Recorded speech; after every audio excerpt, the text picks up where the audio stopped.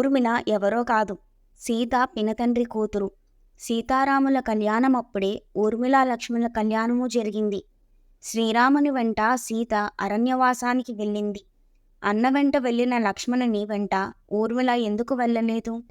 వెళ్ళాలనే అనుకుంది. కానీ లక్ష్మణుడు ఒప్పుకోలేదు. పైగా ఊర్మిళని లక్ష్మణుడు ఒక కోరిక కోరాడు. తన నిద్ర అంతా తీసుకుని ఆమె మెలకువనంతా ఇవ్వమని కోరాడు. ఇచ్చింది.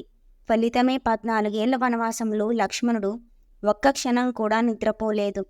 ఈ 14 ఏళ్ల కాలంలో ఊర్మిళకు ఒక్క క్షణమూ మెలకువ రాలేదు. ఏకధాటిగా నిద్రపోయింది ఊర్మిళ. తెలివిలేని నిద్రలోనే జీవితం గడిచిపోయింది. అందుకనే ఊర్మిళాదేవి నిద్రకి అంత ప్రాముఖ్యత.